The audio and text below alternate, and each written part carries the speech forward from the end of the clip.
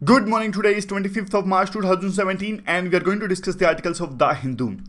सबसे पहले नजर डालते हैं कौन कौन से आर्टिकल्स आज हम डिस्कस करने जा रहे हैं। यहाँ पे जो पहला आर्टिकल है ये पॉलिटिकल फंडिंग को रिलेटेड है। बजट में क्या रिफॉर्म्स लाए गए पॉलिटिकल फंडिंग को लेके, और जिसमें ट्रांसपेरेंसी आने की बजाय जो पहले बची हुई ट्रांसपेरेंसी थी वो भी जा रही है। जो स्टेप्स सरकार ने लिए हैं अपने बजट में पॉलिटिकल फंडिंग को लेकर, तो ये काफी इंपॉर्टेंट पॉइंट्स हैं इस आर्टिकल में जिसे हम डिस्कस करेंगे।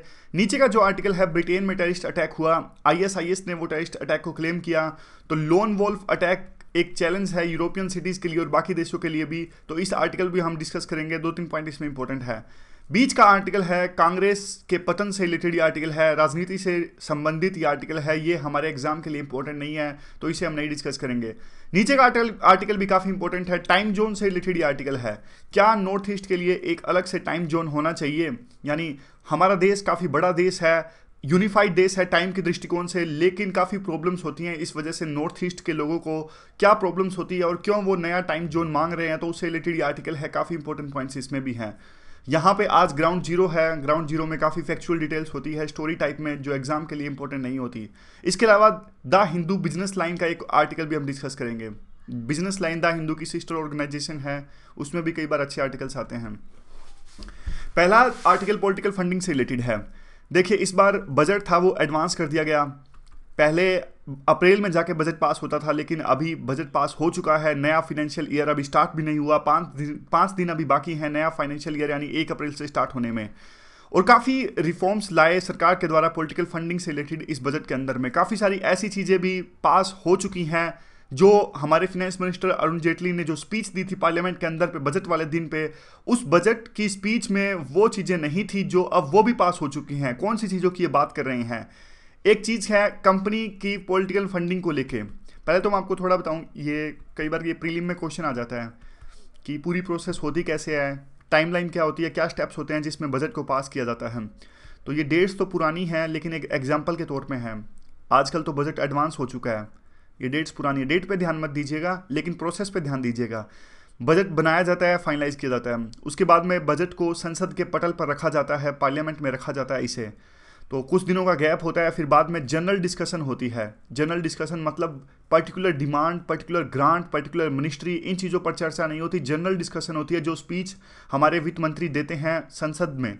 उसके बाद में कुछ दिनों के लिए संसद स्थगित कर दी जाती है, यानी अडजर्न कर दी जाती है। उसके बाद में एक प्रकार से ये पहले की बात है, नया फाइनेंशियल ईयर स्टार्ट हो जाता है। अब तो पहले से पास हो चुका है, तो डेट पे ध्यान मत दीजिएगा। उसके बाद में जो हर एक डिमांड, हर एक ग्रांट की जो मांग रखती है सरकार, पर्टिकुलर कमेटीज यानी स्टैंडिंग कमेटीज होती हैं, वो हर एक मांग की, हर एक जो ग्रांट है उसकी जांच करते हैं अलग से। यानी मान लीजिए हेल्थ मिनिस्ट्री को इतना देना है तो इस पर वो कंसिडरेशन रखेंगे, एजुकेशन मिनिस्ट्री को जितना एलोकेट करना है उस पर भी स्टैंडिंग कमेटी है, जांच करेंगी। तो हर एक कमेटी जो है हर एक ग्रांट की जांच करती हैं। उसके बाद में डिटेल्ड डिस्कशन होती है, हर एक ग्रांट पे डिटेल्ड डिस्कशन होती है कि जैसे हेल्थ मिनिस्ट्री को इतना दिया जा रहा है तो डिटेल्ड डिस्कशन होगी, आप इतना क्यों दे रहे हो, कम दे रहे हो, ज़्यादा दे रहे हो। बाद में फाइनेंस बिल पास होता है, बाद में अप्रोप्रिएशन बिल पास होता है, सबसे लास्ट में फाइनेंस बिल पास होता है। तो एक आप ये पूरी टाइमलाइन स्टेप याद रखिएगा किस किस प्रकार से जो बजट पास होता है। तो कई बार क्वेश्चन इस तरह से आ जाता है कि एक आप इसको ना नंबर वाइज आ जाता है, जैसे ऐसे आ जाएगा, स्टैंडिंग कमेटी कब करती हैं, दूसरे नंबर पे अप्रोप्रिएशन बिल सबसे लास्ट में होता है, तीसरे नंबर पे आ जाएगा फाइनेंस बिल। तो इसको ऑर्डर में ऑप्शंस में ऐसे दिया होगा 3 2 1 1 2 3, इसको ऑर्डर में लगाना होता है। तो बस थोड़ा देख लीजिएगा सबसे पहले कौन सा पास होता है, जनरल डिस्कशन, फिर स्टैंडिंग कमेटीज के बाद पास में जाता है, फिर डिटेल डिस्कशन होती है हर एक ग्रांट पे, फिर एप्रोप्रिएशन, सबसे लास्ट में फाइनेंस बिल पास होता है। ठीक है, तो अब देखिए ये पूरी प्रोसेस हमने जांची। अब बात आती है ट्रांसपेरेंसी। ट्रांसपेरेंसी लाने के लिए हमारे वित्त मंत्री ने काफ़ी कुछ कहा अपने इस साल दिए गए संसद की स्पीच में, और एक प्रोविज़न उन्होंने ऐसा पास कर दिया अब फाइनल बिल में जो उन्होंने डिस्कस नहीं किया था, यानी अपने स्पीच में नहीं बोला था। वो ये है, कंपनीज अपने पिछले 3 साल के एवरेज प्रॉफिट का 7.5% पॉलिटिकल फंडिंग के रूप में दे सकते हैं। ध्यान से सुनिएगा, दोबारा से बोलता हूँ। कंपनीज हमारे इंडियन कंपनी 1956 एक्ट में रजिस्टर्ड हैं, वो अपने पिछले 3 सालों के प्रॉफिट का एवरेज, मान लीजिए 100, 150 और 150, कितने हो गए, 400 हो गए ना। तो एवरेज प्रॉफिट कितना हुआ? एवरेज प्रॉफिट हुआ 400/3 का। ठीक है, 3 साल हो गए। अब 400/3 का 7.5% ये जो कंपनीज हैं वो पॉलिटिकल पार्टीज को चंदा दे सकती थी, पहले यह रूल था। एक लिमिट रखी गई थी। अब सरकार ने यह लिमिट हटा दी। सरकार ने कहा 7.5% की जो लिमिट थी वो आर्बिट्ररी थी, कोई काम की नहीं थी, वो अब हटा दी। तो एक तो ये बात होगी, एक ये बात याद रखिएगा। अब एक दूसरी बात भी बताता हूं आपको। पहले जो ये कंपनीज पॉलिटिकल पार्टीज को चंदा देती थी तो नाम बताना पड़ता था उनको कि कौन सा पार्टी को आप चंदा दे रहे हो। यानी 7.5% वो चंदा देती थी अपने एवरेज प्रॉफिट, पिछले 3 सालों का एवरेज प्रॉफिट का 7.5% वो चंदा देती थी किसी भी पार्टी को, तो उनको नाम बताना पड़ता था। बीजेपी, कांग्रेस, आम आदमी, लालू यादव की पार्टी जो जेडीयू है, जिसको भी मान लीजिए चंदा दे रहे हैं आप, तो नाम बताना पड़ता था। लेकिन अब वो चीज़ भी हटा दी। अब सरकार कहती है सिर्फ आप यूं बता दीजिए कि कितना चंदा आप दे रहे हो। मान लीजिए 100 करोड़ का दे रहे हो, 200 करोड़ का, जितना भी दे रहे हो आप बता दो, नाम बताने की जरूरत नहीं है आप किसको दे रहे हो। तो दोनों के दोनों स्टेप ऐसे हैं जो ट्रांसपेरेंसी लाने के बजाय ट्रांसपेरेंसी को रिमूव कर रहे हैं जो पहले बची कुची थी। कैसे? अब देखिए, एक तरफ तो आपका संदेशा इस तरफ जाता होगा कि 7% की जरूरत ही क्या है, 7.5% की क्या मतलब, कुछ भी मन में आया और लिमिट रख दी। देखिए, लिमिट इसलिए रखी गई थी ये कि पॉलिटिकल पार्टीज एक प्रकार से फोर्स ना कर सकें कंपनीज को कि आप हमें चंदा दीजिए, अदरवाइज हम ऐसे एक्शंस लेंगे, ऐसी पॉलिसीज बनाएंगे जिससे आपके जो फॉर्च्यून्स हैं वो कम हो जाएंगे, ऐसी पॉलिसीज बनाएंगे जो आपकी कंपनी के लिए हानिकारक साबित होंगी। तो इसलिए ये लिमिट लगाई गई थी, 7.5% सोच समझ के लगाई गई थी। लेकिन अब तो एक प्रकार से लिमिट हटा दी गई। पहले तो बहाना मार लेती थी कंपनीज की, देखिए 7.5% से तो हम आपको ऊपर चंदा दे ही नहीं सकते क्योंकि एक लिमिट है, रूल है, कानून है। लेकिन अब ये लिमिट हटा दी गई तो वो कितना भी प्रेशराइज कर सकती हैं पॉलिटिकल पार्टीज कंपनी को। कोई भी क्लियरेंस देनी हो, मर्जर करना हो, कुछ ऐसी पॉलिसीज बनानी हो, तो एक प्रकार से ब्लैकमेल करेंगे कंपनीज को कि आप हमें चंदा दीजिए 7.5% से ऊपर, क्योंकि लिमिट हट गई है, नहीं तो हम ऐसी पॉलिसीज बनाएंगे। वो सेम बात। अब दूसरी बात ये आती है कि देखिए यहां पे, देखिए यहां पे जो हमने पहले अभी डिस्कस किया कि पहले सारा कुछ दिखाना पड़ता था लॉस एंड प्रॉफिट में किस पार्टी को वो चंदा दे रही हैं, अब वो भी गया। अब तो हर एक लेवल पे, मान लीजिए लोकल लेवल पे, रीजनल लेवल पे, नेशनल लेवल पे एक प्रकार से पार्टीज प्रेशराइज कर सकती हैं कंपनीज को। हाँ, यहाँ पे हम डिस्कस कर रहे थे। देखिए, पब्लिक लिस्टेड कंपनीज जो हैं, अब कई बार ऐसा होता है कि पब्लिक लिस्टेड कंपनीज भी अलग से एक सब्सिडरी बना लेंगे, नाम के लिए अलग से एक सब्सिडरी बना देंगे, लेकिन उनका मकसद ये होगा कि पॉलिटिकल पार्टीज को किस प्रकार से चंदा दिया जाए। ये था कंपनीज का इशू। तो दूसरा इशू इस आर्टिकल में आता है कि इलेक्टोरल बॉन्ड्स का। ये हमने पहले भी डिस्कस किया था, रिवाइज करवा देता हूं आपको जल्दी से। सरकार ने कहा इलेक्टोरल बॉन्ड्स लाएंगे, पॉलिटिकल फंडिंग में ट्रांसपेरेंसी आएगी, लेकिन नहीं आएगी। कैसे? क्योंकि देखिए, इलेक्टोरल बॉन्ड्स का यूं सिस्टम है कि आरबीआई जो है, आरबीआई कुछ बैंक्स को ऑथराइज करेगा। ऑथराइज करने का मतलब है, मान लीजिए एचडीएफसी को कर दिया, एसबीआई को कर दिया। अब जिसको चंदा देना है, मान लीजिए मेरे को चंदा देना है, मेरे को किसी पार्टी को चंदा देना है, तो मैं आरबीआई द्वारा ऑथराइज बैंक्स में जाऊंगा, एचडीएफसी में जाऊंगा, एसबीआई में जाऊंगा। मैं उनको कहूंगा कि देखिए मुझे एक पार्टी को चंदा देना है जिसका नाम है भारतीय यूपीएससी एस्पायरेंट्स एसोसिएशन। ठीक है, ये सिर्फ नाम है, भारतीय यूपीएससी एस्पायरेंट्स एसोसिएशन। इस पार्टी को चंदा देना है मुझे। तो अब मैं क्या करूंगा, इन बैंक्स में जाऊंगा जो कि आरबीआई द्वारा ऑथराइज्ड है, मैं इलेक्टोरल बॉन्ड खरीद लूंगा। इलेक्टोरल बॉन्ड खरीद लूंगा कितने रुपए के? मान लीजिए मैंने इलेक्टोरल बॉन्ड्स खरीद लिए एचडीएफसी बैंक से 50 करोड़ रुपए के। 50 करोड़ रुपए कहां से आएंगे, लेकिन मान लीजिए खरीद लिए। ठीक है, उसके बाद में अब इन बैंक्स को ये तो पता है कि मैंने इनसे 50 करोड़ के इलेक्टोरल बॉन्ड्स खरीदे हैं किसी पॉलिटिकल पार्टीज को देने के लिए, लेकिन इनको ये नहीं पता कि कौन सी पार्टी को दे रहा हूं मैं। समझ गए? और वहां पे मान लीजिए मैंने अब जाके जो ये भारतीय यूपीएससी एस्पायरेंट्स एसोसिएशन है, यहां पे अपने इलेक्टोरल बॉन्ड्स दे दिए 50 करोड़ के। अब ये जाएंगे उसी बैंक में जाके वो इलेक्टोरल बॉन्ड दिखाएंगे जो मैंने इनसे खरीदे हैं और 50 करोड़ रुपए ले लेंगे। अब इनको ये तो पता है इन एचडीएफसी बैंक्स को कि इन्होंने भारतीय यूपीएससी एस्पायरेंट्स एसोसिएशन की जो पार्टी है, इनको 50 करोड़ के पॉलिटिकल फंडिंग मिली है, लेकिन इनको ये नहीं पता किसने दिए हैं। यानी सिर्फ मुझे और पॉलिटिकल पार्टी को पता है कि मैंने इनको चंदा दिया और इनको पता कि हमें कहां से मिला, लेकिन बैंक्स को और सिस्टम को तो नहीं पता ना किसने किसको चंदा दिया। यही तो ट्रांसपेरेंसी थी, यही तो ट्रांसपेरेंसी लानी थी जो कि नहीं ला पाए। तो ये बात है। 2 पॉइंट ये हो गए दूसरा इलेक्टोरल बॉन्ड्स का। एक तीसरा पॉइंट भी है। तीसरा पॉइंट ये है कि एक लिमिट पहले क्या थी, एक लिमिट होती थी 20,000 रुपए की, कि 20,000 से ऊपर, पहले लिमिट के अनुसार 20,000 से ऊपर जब कोई पैसे देता था सिर्फ उन्हीं का प्रॉपर डिटेल्स, उनके इनकम टैक्स रिटर्न्स दिखाने पड़ते थे पॉलिटिकल पार्टीज को, बैंक्स को। तो ये क्या करते थे, जो भी चंदा इनको आता था, मान लीजिए 100 करोड़ का चंदा आया, तो ये क्या करते थे, ज्यादातर यूं कहते थे कि हमको 100 करोड़ का चंदा मिला है, उसको 20,000 से नीचे का मिला है हमें, यानी 15-15 हज़ार करके दिखा देते थे इनकम टैक्स वालों को, देखिए हमें 20,000 से ऊपर चंदा मिला ही नहीं, तो डिटेल्स भी देने की आवश्यकता नहीं है, सिर्फ कोई रैंडम नाम से दिखा देते थे। यानी एक पार्टी के अनुसार, मैं आपको एग्जांपल के तौर पे बताऊं, यूपी की एक पार्टी थी जिन्होंने कम से कम 1000 नाम सेम तरह के लिख रखे थे, राम राम राम राम, इस तरह से, मतलब बिल्कुल 1000 नाम थे ऐसे, राम सिंह राम सिंह राम सिंह राम सिंह, समझ गए। तो कहने का मतलब यूं है कि इनको ब्लैक मनी से पैसा मिलता है पॉलिटिकल पार्टीज को, लेकिन 20,000 से नीचे दिखा देते हैं। तो गवर्नमेंट ने क्या किया, उस 20,000 की लिमिट को घटा के 2,000 कर दिया। तो अब आप सोच के देखिए क्या फायदा होगा इससे। 20,000 की लिमिट को मान लीजिए 2,000 कर देंगे, तो पहले अगर उनको कम नाम ढूंढने पड़ते थे, तो आज अब उनको 2,000 की लिमिट कर दिया, तो अब उनको 10 गुना ज़्यादा नाम ढूंढने पड़ेंगे। पहले मान लीजिए उनको 100 करोड़ का चंदा मिला, तो वो 15,000 करके रैंडम नाम से दिखा देते थे, तो अब वो 15,000 की बजाय 1,500 का रैंडम नाम करके दिखा देंगे। तो कहने का मतलब है नाम ज़्यादा ढूंढने पड़ेंगे, नाम की कमी थोड़े ना है, मोहन सिंह, सोहन सिंह, कितने भी नाम ढूंढ लो।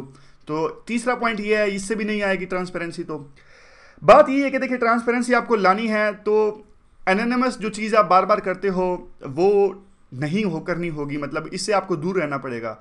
और अनलिमिटेड कॉर्पोरेट जो डोनेशंस आता है उस पर भी एक प्रकार से रेगुलेट उसको करना होगा अच्छे से।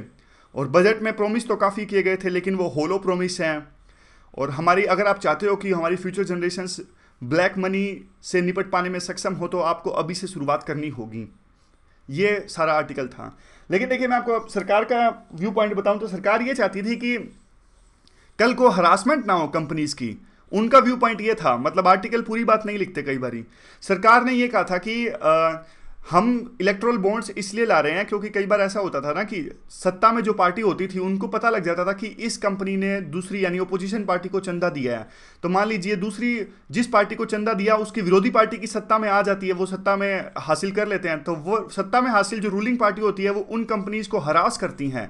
तो बाद में इसीलिए सरकार ने ये रूल चलाया था, थोड़ा उनका मकसद अलग था। तो इसलिए पूर्णतः तो हम तो देखिए अपने आंसर्स में वैसे सरकार को क्रिटिसाइज नहीं कर सकते, लेकिन ये जो सजेशंस हैं कम से कम एक लिबरल लैंग्वेज की फॉर्म में लिख सकते हैं कि इस तरह से हो तो ज़्यादा अच्छा होगा। अब देखिए लंदन में टेरर अटैक हुआ, उनकी पार्लियामेंट में इंग्लैंड में टेरर अटैक हुआ, और ब्रिटिश सिक्योरिटी ऑफिशियल्स ये टेरर अटैक एक्सपेक्ट कर रहे थे। जी हाँ, पिछले 3 सालों में काफ़ी जो इनके थ्रेट लेवल था काफ़ी हाई था ब्रिटिश वालों ने, और पिछले 3-4 सालों में 14 टेरर अटैक्स को फॉइल कर दिया था उन्होंने, यानी होने से पहले ही पकड़ लिया था उनको। और जिस प्रकार से अब एक प्रकार से आइडियोलॉजी, अब जैसे ISIS वाले क्या करते हैं, ऑनलाइन रिक्रूटमेंट करते हैं, ऑनलाइन रेडिकलाइज करते हैं, तो इससे अब लोन वॉल्फ अटैक ज़्यादा होने लगे हैं। तो लोन वॉल्फ अटैक से क्या नुकसान होता है और क्यों ये होते हैं और कितना इसकी थ्रेट लेवल कितना हाई होता है, वो इस आर्टिकल में हम डिस्कस करने जा रहे हैं। देखिए वैसे तो ये जो अटैक हुआ ब्रिटेन में, जैसे एक जिन्होंने अटैक किया असैसिनेट्स थे, जो उन्होंने एक बड़ा व्हीकल किराए पे लिया और जो फुटपाथ पे जो लोग चल रहे थे उनको कुचल दिया। तो इस प्रकार से 5 लोगों की जानें गई, इंक्लूडिंग जिस बंदे ने अटैक किया था। तो अब होता क्या है इससे, देखिए अब ये उस तरह का अटैक नहीं है जैसे साउथ एशिया में अटैक्स होते हैं कि बॉम्ब ब्लास्ट हो गया, या फिर पाकिस्तान जैसे में कंट्री में अटैक होते हैं कई बार कि आप हथियार लेके किसी सेक्रेट प्लेस पे घुस गए, वहाँ पे गोलीबारी कर दी आपने। उस तरह के अटैक्स नहीं है। ये अटैक्स उस तरह के हैं कि आप एक किसी भी डेली यूज में होने वाली चीज़ का इस्तेमाल करते हो और फिर अटैक कर देते हो। तो इस तरह के अटैक्स को पकड़ने में काफ़ी दिक्कत आती है गवर्नमेंट्स को। क्यों दिक्कत आती है, ये पहले तो आप मैप देख लीजिए। ब्रिटेन में अटैक हुआ, यहाँ पे यूके में। देखिए दिक्कत इसलिए आती है क्योंकि मान लीजिए जब ये जो बंदे ये अटैक करते हैं, मान लीजिए अपने पेरेंट ऑर्गेनाइजेशन से संपर्क करते हैं, तो उनसे किसी भी तरह का संपर्क साधते हैं, उनसे हथियार लेते हैं, उनसे फ़ोन पे बात करते हैं, तो जो एंटी टेरर एजेंसीज हैं उनके रडार पे आ जाते हैं ये लोग। लेकिन अगर अब ये मान लीजिए ये लोग ऐसे लोग जो ISIS की आइडियोलॉजी से प्रभावित हैं, मान लीजिए उन्होंने ऐसे लोगों ने ISIS के जो पेरेंट ऑर्गेनाइजेशन है वहाँ पे बात ही नहीं करी, सिर्फ उनकी आइडियोलॉजी से प्रभावित हैं। ISIS वालों ने कहा, एक प्रकार से एक्सोर्ट किया अपने समर्थकों को कि आप अटैक करना स्टार्ट कर दीजिए वेस्टर्न कंट्रीज पे जहाँ भी आपको मौका मिलता है। तो उसी डायरेक्शंस का फॉलो करते हुए ये लोग अटैक कर देते हैं। लेकिन अब देखिए किसके दिमाग में क्या चल रहा है, कैसे पता लगेगा पुलिस को? मान लीजिए कौन रेडिकलाइज हो चुका है, किसके दिमाग में क्या चल रहा है, एक लेवल के बाद में पता नहीं चल सकता कौन कैसी वेबसाइट्स खोल रहा है। वो बात अलग है, CMS का मैकेनिज्म है जैसे हमारे देश में, वैसे भी हर एक देश में, यूरोप में भी इस तरह का मैकेनिज्म है। जो इंटेलिजेंस एजेंसीज हैं वो मॉनिटर करती रहती हैं कि कौन ISIS जैसे वर्ड काफ़ी ज़्यादा सर्च कर रहा है, या फिर टेरर जैसे इस तरह की आइडियोलॉजी में प्रभावित हो रहा है ज़्यादा।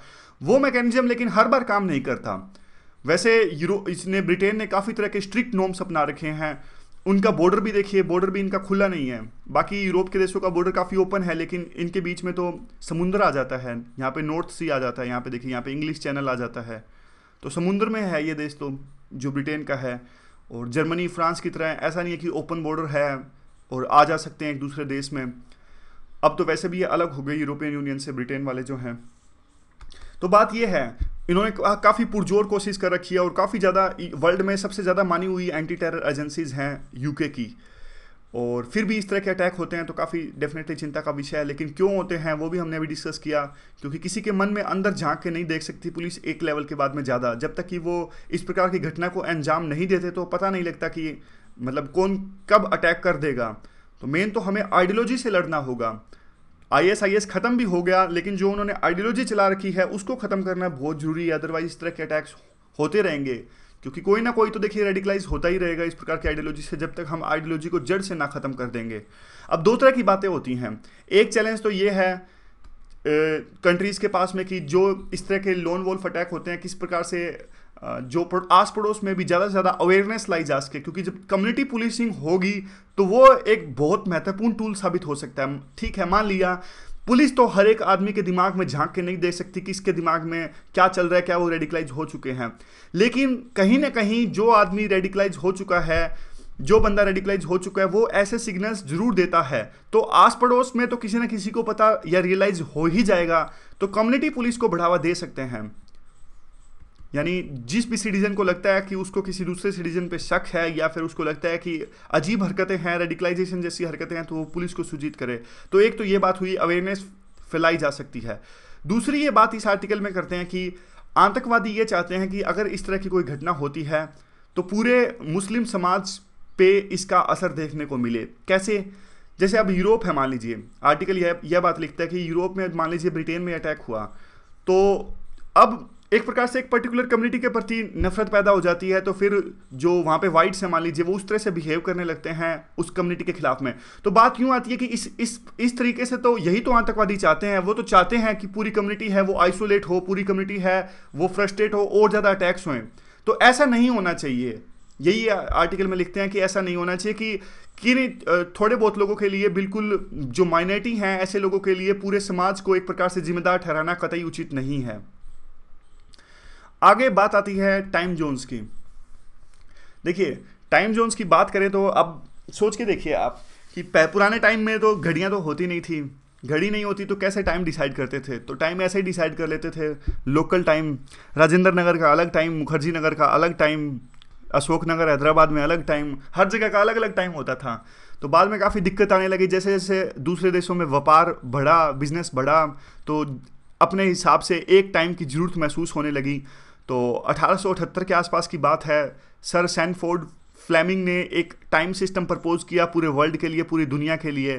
तो उन्होंने कहा कि उन्होंने देखिए एक सिस्टम प्रपोज किया था, लेकिन बाद में 27 डेलीगेट्स आए, उन्होंने मिलकर डिसाइड किया कि कुछ एक टाइम सिस्टम बनाने। तो क्या वो सिस्टम था, सबसे पहले तो वो जान लेते हैं। आर्टिकल समझने से पहले वो सिस्टम जानना बहुत ज़रूरी है। एक ग्रीनविच मीन टाइम डिसाइड किया गया। ये इस लाइन से, एक लाइन है ग्रीनविच मीन लाइन जो है, ये इंग्लैंड के बीच से जाती है। ठीक है, इंग्लैंड क्यों डिसाइड किया गया, आपके मन में एक क्वेश्चन आया होगा। ऐसे ही डिसाइड किया गया, उस टाइम पे जो इंग्लैंड था काफ़ी डेवलप्ड था, काफ़ी पोर्ट्स थे, मैप्स थे इनके पास में उसमें, और ये देखिए वर्ल्ड सी चार्ट्स थे इनके पास में। तो ज़्यादा नॉलेज थी, कहने का मतलब यही है, और काफ़ी मैप्स थे, इसलिए यही डिसाइड कर लिया ग्रीनविच मीन टाइम। अब देखिए यहाँ लाइन, यानी इस लाइन पे जो भी स्थान आते हैं उसको जीरो माना गया। अब मैं आपको बताता हूँ कि कैसे टाइम जोन डिवाइड किए गए। इसको जीरो माना गया यहाँ से, जो ये लाइन जाती है इंग्लैंड के बीच से। अब एक बार अगर आप वर्ल्ड मैप देखेंगे तो 24 जोन के अंदर में डिवाइड किया गया। पूरी हमारी धरती जो है वो गोल है, यानी 360 डिग्री में आती है, और पूरे धरती को डिवाइड किया गया 24 टाइम जोन्स में। तो डिवाइड करके देखिए 360 डिवाइड बाई 24 कितना आ गया, 15 आ गया। तो 15 आ गया ना। तो अब जैसे जैसे आगे जाएंगे तो टाइम बढ़ता जाएगा, ईस्ट में आगे आगे जाएंगे तो टाइम बढ़ता जाएगा। याद रखने के लिए EGA एक बात होती है ना, वो GC लियोंग में दिया है, ईस्टर्न गेन टाइम, EGT कुछ ऐसे होता है। तो याद रखिए ईस्ट में आगे जाते हैं तो टाइम का फायदा होता है। एग्जाम्पल के तौर पे दोबारा यहाँ देखिए, ये मान लीजिए ग्रीनविच टाइम है, यहाँ पे 0 डिग्री है। अब हमारा भारत देश कितने पे है, हमने अपने पूरे भारत देश को जो अपना मिर्ज़ापुर है यूपी के अंदर में, यहाँ पे लाइन मानी है। हमने माना है कि जो ये मिर्ज़ापुर का जो पॉइंट है उस पे जो कोऑर्डिनेट्स हैं उसको हम मानेंगे, उसी के हिसाब से हम अपना टाइम जोन डिसाइड करेंगे। तो यहाँ पे इंडिया के मिर्ज़ापुर में जो है वो कोऑर्डिनेट है 82.5 डिग्री ईस्ट, समझ गए। तो 0 डिग्री यहाँ पे है, ईस्ट में जाते हैं तो गेन होता है। तो गेन कितना होता है, हमने डिवाइड किया था 360 डिग्री को 24 जोन्स में, यानी 24 घंटों में। तो यानी 15 डिग्री पे 1 घंटे का फायदा होता है ईस्ट में जाएं तो। अगर यही 15 डिग्री अगर वेस्ट में जाएं तो 1 घंटे का नुकसान हो जाता है, यानी ग्रीनविच से पीछे हम चले जाते हैं। तो अब सोच के देखिए, यहाँ पे 82.5 डिग्री है अपना और ईस्ट में जा रहे हैं हम, तो अपने को फायदा हो रहा है, यानी हम इंग्लैंड के टाइम से 5.5 घंटा आगे हैं, समझ गए एग्जाम्पल के तौर पर। और जो अगर मान लीजिए 82.5 डिग्री इस ग्रीनविच टाइम यानी इंग्लैंड की जो लाइन है इंग्लैंड के बीच में से जाती है, अगर कोई दूसरे हमारे जैसे हम तो ईस्ट में है, कोई वेस्ट में 82.5 डिग्री है, तो वो इंग्लैंड के टाइम से 5.5 घंटा पीछे हैं, और हमारे और उसके टाइम में डिफरेंस आ जाएगा 5.5 प्लस में 5.5 11 घंटों का, समझ गए। सिंपल सा लॉजिक है, कोई रॉकेट साइंस नहीं है इसमें। दोबारा से एक दो एग्जांपल से और समझाता हूं आपको। देखिए सिंपल सा एग्जांपल, एक सबसे बड़ा एग्जांपल मैं आपको ये देता हूं कि इंग्लैंड में जो मैच स्टार्ट होते हैं, जो लोग क्रिकेट देखते हैं उनको पता होगा, हमारे यहाँ पे जब मैच स्टार्ट होते हैं मान लीजिए 9 बजे स्टार्ट होते हैं, अगर इंडियन स्टैंडर्ड टाइम हम देखें तो वही मैच अगर इंग्लैंड में हो तो हमारे इंडिया में स्टार्ट होता है वो 2:30 बजे स्टार्ट होता है, 1:30-2 बजे स्टार्ट होता है। तो इसका मतलब साफ साफ यही है कि वो हमसे पीछे चल रहे हैं। एक एग्जाम्पल के तौर पर है, सिर्फ एक एग्जाम्पल और देख लीजिए मैच से ही। ये ग्रीनविच टाइम है। अब वेस्ट इंडीज़ के कंट्रीज यहाँ आते हैं, अमेरिकन महाद्वीप में आते हैं, तो वेस्ट इंडीज़ में जब भी मैच होता है तो शाम को स्टार्ट होता है 7:30 बजे के आसपास। हमारे यहाँ पे 9 बजे होता है, तो वहाँ पे अगर मैच है तो वो होता है 7:30 शाम को 7:30 बजे के आसपास। तो सोच के देखिए वो हमसे कितना पीछे हैं, 12 घंटे के आसपास वो हमसे पीछे हैं, समझ गए। तो बस ये थोड़ा सा यही है, टाइम का सिस्टम है। अब दिक्कत क्या है, क्या समस्या है? समस्या ये है कि देखिए जो हमारा नॉर्थ ईस्ट है, काफ़ी बड़ा एरिया है हमारा भारत का जो है, तो नॉर्थ ईस्ट वालों को काफ़ी दिक्कत होती है एक टाइम जोन से। हमने पूरे भारत देश का एक ही टाइम जोन लिया है, लेकिन अब दिक्कत ये है कि हमारा भारत बहुत बड़ा है। यहाँ पे देखिए, यहाँ पे हमारे जो कोऑर्डिनेट्स हैं वो है शायद 68 के आसपास हैं, यहाँ पे 97 के आसपास हैं। तो दोनों के बीच में तो डिफरेंस कितने का आ जाता है, मान लीजिए यहाँ पे इसको 15 से डिवाइड कीजिए तो 15 चौके 60 समथिंग कुछ आ जाएगा।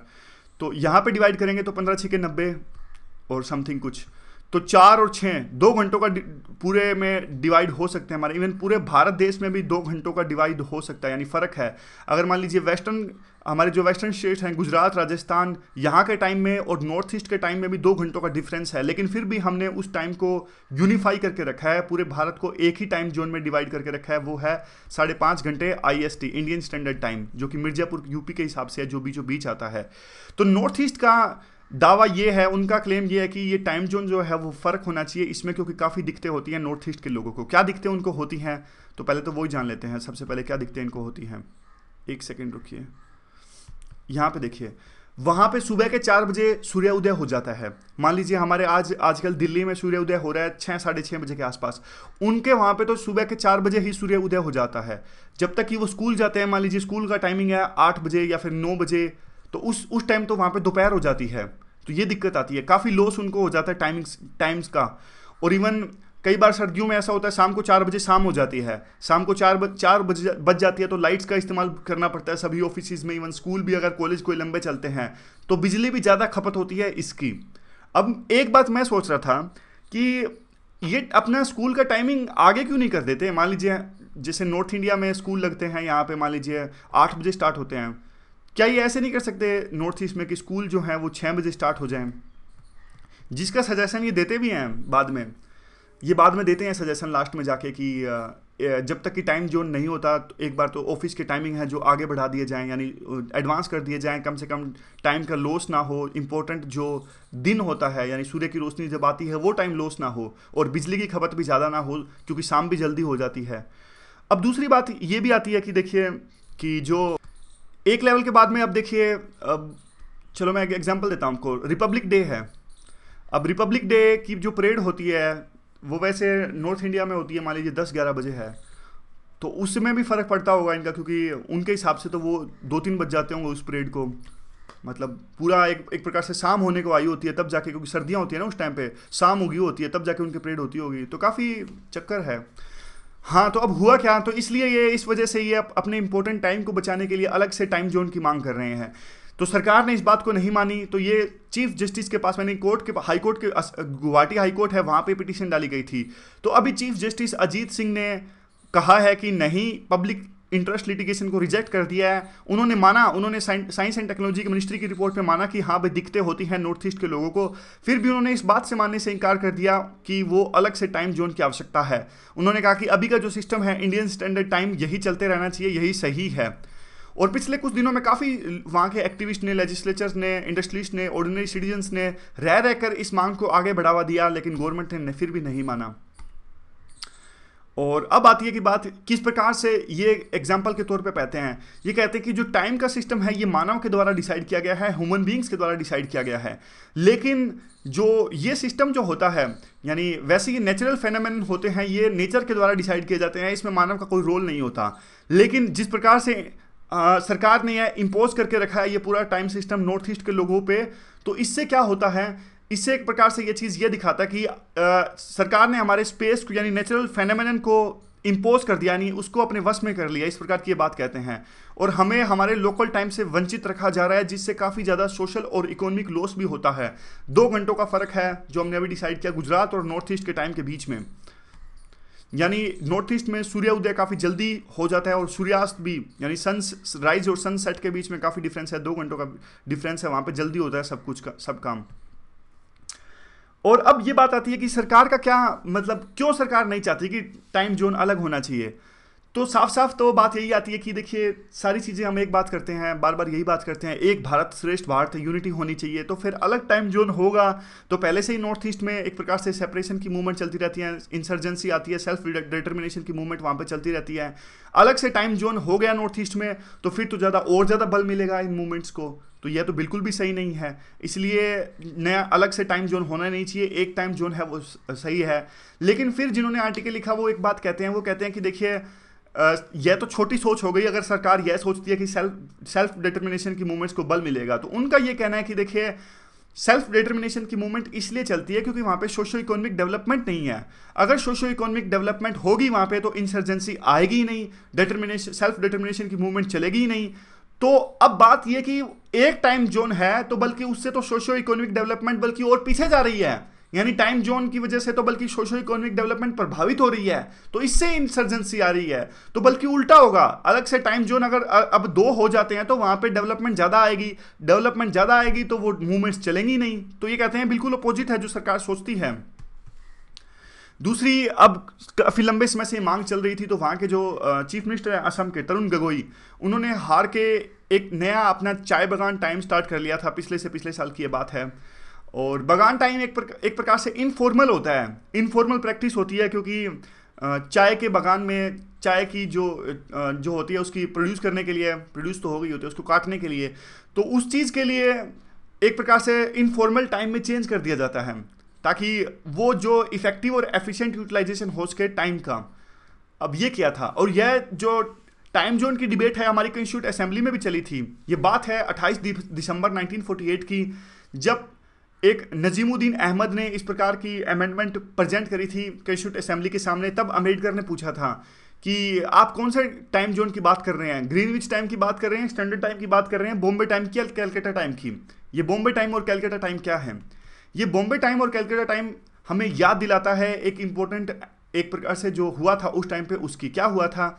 देखिए 1905 में ब्रिटिश द्वारा हमें ये पूरा इंडियन स्टैंडर्ड टाइम डिसाइड किया गया था 1905 में, लेकिन उस टाइम पर कोलकाता नहीं, बॉम्बे ने इस टाइम जोन में शामिल होने से मना कर दिया था। क्यों? क्योंकि उस टाइम ना जो हमारे बाल गंगाधर तिलक हैं उनके खिलाफ में सेडिशन का केस चल रहा था। आपको याद होगा सेडिशन किस लिए लगा था बाल गंगाधर तिलक पे, बताओ? प्रीलिम के लिए इंपॉर्टेंट क्वेश्चन है ये। 2-3 बार उन पे सेडिशन लगा था ना। एक बार तो उन्होंने कुछ, वो चापेकर ब्रदर्स हैं, उन्होंने रांड की हत्या की थी, तो अफजल खान से कंपेयर किया था रांड को। जो रांड वो थे, एक ऑफिशियल थे ब्रिटिश के, पुणे की ये बात है शायद, तो उसके खिलाफ में इन्होंने कुछ लिखा था तिलक ने, तब इन पे सेडिशन का ट्रायल लगा था। तो बेसिक से कनेक्ट करने की कोशिश करें तो काफ़ी फ़ायदा होता है, हमें चीज़ें याद हो जाती हैं। अब बात यूँ है कि उस टाइम इन पे ट्रायल चल रहा था, तो जो बॉम्बे के लोग हैं उस टाइम पे उन्होंने मना कर दिया था कि हम इंडियन स्टैंडर्ड टाइम में शामिल नहीं होंगे। तो वो नहीं होंगे तो वो हुए नहीं तो काफ़ी बाद में ये 1905 जब बीत गया तो बाद में ये कहते रहे अब हमें कर दो, ट्रायल ट्रूल खत्म हो गया था, बाद में आज़ाद भी हो गए थे, इनको रिहा कर दिया गया था तिलक साहब को। लेकिन बाद में बॉम्बे के लोग कहने लगे कि देखिए टाइम में काफ़ी डिफरेंस आ रहा है, इसलिए हमें इंडियन स्टैंडर्ड टाइम में शामिल हो जाते हैं। लेकिन बाद में किया ही नहीं उनको शामिल सरकार ने। तो काफ़ी साल हो गए, 1905 के बाद में 50 साल बाद 1955 में बॉम्बे इसी टाइम जोन में आया था। 38 मिनट का डिफरेंस था बॉम्बे के टाइम में और इंडियन स्टैंडर्ड टाइम के डिफरेंस में। तो बात यूँ है कि एक बार अलग हो गए तो वापस जुड़ना काफ़ी मुश्किल हो जाता है। वे फॉरवर्ड क्या है? वे फॉरवर्ड यही है कि देखिए डेवलपमेंट इंडेक्स जो है काफ़ी फेवर में है वेस्टर्न इंडिया के पक्ष में, और उसका एक फैक्टर ये भी है कि टाइम जोन की वजह से नुकसान होता है नॉर्थ ईस्ट में। और उससे भी ज़्यादा ये आर्टिकल नंबर 21 का भी उल्लंघन है। आर्टिकल नंबर 21 कहता है राइट टू लाइफ, जो जीने का अधिकार देता है विद डिग्निटी, यानी उनको भी जीने का अधिकार है डिग्निटी के साथ में। तो हाई कोर्ट को यह भी एक प्रकार से इस बात को भी सोचना चाहिए था, आर्टिकल 21 को भी सोचना चाहिए था। और अब क्या किया जा सकता है? अब लॉ कमीशन इस पूरे आर्टिकल नंबर 21 को इन्वेस्टिगेट करे, कैसे ये रेलेवेंट है अलग टाइम जोन की मांग से लेकर, और तब तक यह होता है तब तक ऑफिस टाइमिंग्स को या फिर स्कूल टाइमिंग्स को एडवांस कर दिया जाए, ऐसी ये मांग करते हैं। बस यही है पूरा आर्टिकल। अगला आर्टिकल है थोड़ा स्पोर्ट्स से रिलेटेड, 3-4 इसमें पॉइंट इंपॉर्टेंट है, बिजनेस लाइन से रिलेटेड ये आर्टिकल है। आईपीएल की शुरुआत हुई 2008 के अंदर में, पैसा बरसा आईपीएल के अंदर में, काफ़ी पैसा कमाया। हमारे भारतीय जो प्लेयर्स हैं उनको एक प्लेटफॉर्म भी मिला अच्छी क्रिकेट सीखने का। जैसे ही आईपीएल में पैसा आने लगा, स्पॉन्सर्स आने लगे, आईपीएल को देख के बाकी सारे खेल भी स्टार्ट हुए। Indian soccer league, Indian hockey league, pro kabaddi league, ये काफ़ी सारे अलग अलग स्पोर्ट्स में टूर्नामेंट स्टार्ट हुए और काफ़ियों ने सक्सेस भी अर्जित की। हालांकि जितने स्टार्ट हुए थे सारे के सारे सफल नहीं हुए, उसमें से कुछ ऐसे भी थे, टेनिस लीग या फिर मार्शल आर्ट्स लीग्स, ये अब नए आने वाले हैं। वैसे कहने का मतलब यह है कि कुछ ऐसे ज़्यादा सफल भी नहीं हुए, जैसे एक प्रकार से आप ये कह सकते हो कि टेनिस लीग है वो उतनी सफल नहीं हुई। लेकिन आमतौर पर जितने भी ये स्पोर्ट्स स्टार्ट हुए थे आमतौर पर ज़्यादातर वो सफल ही हुए, और उसको देख के अब 2 नए गेम ऐड होने जा रहे हैं, एक है टेबल टेनिस, एक है मार्शल आर्ट्स। अब बात यूँ आती है कि देखिए प्राइवेट कैपिटल जो है वो हमारे सब जो स्पोर्ट्स को आगे लेके जा रही है। अब इस प्रकार का फेनोमेनन देखने को मिल रहा है हमारे देश के अंदर में, लेकिन हर जगह पे जो ये प्राइवेट कैपिटल है अपनी भूमिका नहीं निभा सकती। सरकार तो खुश है, सरकार तो लेकिन अब मूक दर्शक देख रही है कि हाँ भाई ठीक है, स्पोर्ट्स का डेवलपमेंट हो रहा है तो अच्छे ही है, जो काम हमें करना चाहिए था वो प्राइवेट कैपिटल से हो रहा है, तो सरकार तो इससे संतुष्ट है। लेकिन सरकार को एक बात भी सोचनी होगी, सारा काम प्राइवेट कैपिटल नहीं कर सकते, काफ़ी सारी चीज़ों की जरूरत होती है जो सरकार को करनी पड़ती है। जैसे कि आप ये क्या कहते हैं इसको, स्टेडियम्स बनाना, जो ये प्रैक्टिस फैसिलिटीज़ को डेवलप करना, स्पोर्ट्स को प्रमोट करना, ये सारे काम सरकार को करने पड़ेंगे, प्राइवेट कैपिटल्स ये काम नहीं कर सकते। दूसरी बात आती है नेशनल स्पोर्ट्स पॉलिसी की। इसको फॉर्मुलेट किया गया था 2001 के अंदर में। 2 ऑब्जेक्टिव्स थे इसके अंदर में, एक्सीलेंस को प्रमोट करना और ब्रॉड बेसिंग ऑफ स्पोर्ट्स। लेकिन अब एक प्रकार से यह ब्रॉड बेसिंग ऑफ स्पोर्ट्स जो सरकार ने माना था स्पोर्ट्स पॉलिसी 2001 में, वो साफ साफ ये दिखाता था कि ये बात बिल्कुल सच है कि जो सारा हमारा जो स्पोर्ट्स डेवलपमेंट है वो क्रिकेट पे सेंटर्ड है, क्रिकेट पे ज़्यादा ध्यान दिया जाता है, लोग क्रिकेट को ज़्यादा देखते हैं, लेकिन जो दूसरे खेल हैं उस पर ध्यान नहीं दिया जाता। ये माना था साफ साफ 2001 की जो पॉलिसी थी उसमें। और जो इंपॉर्टेंस इनको दिया जा रहा है बाकी खेलों को, वो अब दिया जाना बहुत ज़रूरी है, क्योंकि जो खेल हैं वो इंडिविजुअल पर्सनैलिटी के लिए नहीं बल्कि पूरे देश की डेवलपमेंट के लिए भी काफ़ी सहायक हैं। और अगर देखिए स्पोर्ट्स हो तो हमारे यूथ भटकते नहीं है कम से कम, जब तक कि उनको एम्प्लॉयमेंट नहीं मिलता। तो दूसरी बात ये है कि देखिए पब्लिक इन्वेस्टमेंट होनी चाहिए ज़्यादा से ज़्यादा स्पोर्ट्स इंफ्रास्ट्रक्चर में। प्राइवेट कैपिटल आ रहा है स्पोर्ट्स के अंदर में, इसका मतलब ये नहीं कि जो गवर्नमेंट है अपने हाथ पीछे खींच ले। स्टेट सब्जेक्ट है इसलिए ये मैटर और भी ज़्यादा डिफिकल्ट हो गया है, क्योंकि स्टेट गवर्नमेंट ज़्यादा पैसा लगाती नहीं है स्पोर्ट्स पे। कुछ गवर्नमेंट्स तो काफ़ी ज़्यादा लगाती हैं, जैसे हरियाणा जैसी गवर्नमेंट, लेकिन अनेक ऐसी गवर्नमेंट्स हैं जो स्पोर्ट्स पे ज़्यादा ध्यान नहीं देती। एक प्रकार से लास्ट में यही कहते हैं कि ब्रॉडर लेवल पे स्पोर्ट्स को ले जाने में हमारी कंट्री जो है वो फेल हो गई है, और जितना एक प्रकार से इंपॉर्टेंस दी जानी चाहिए स्पोर्ट्स को, उतनी इंपॉर्टेंस हम नहीं देते इस प्रकार से, इसीलिए हमारे ओलंपिक्स में कम मेडल आते हैं। तो प्रॉब्लम सिर्फ यहाँ से स्टार्ट होती है। बस आर्टिकल ख़त्म हो गया। तो आज तो सैटरडे था, और सैटरडे के डिस्कशन में बस इतना ही। मंडे को फिर मिलेंगे। आज के डिस्कशन में बस इतना ही। Thank you very much for discussion.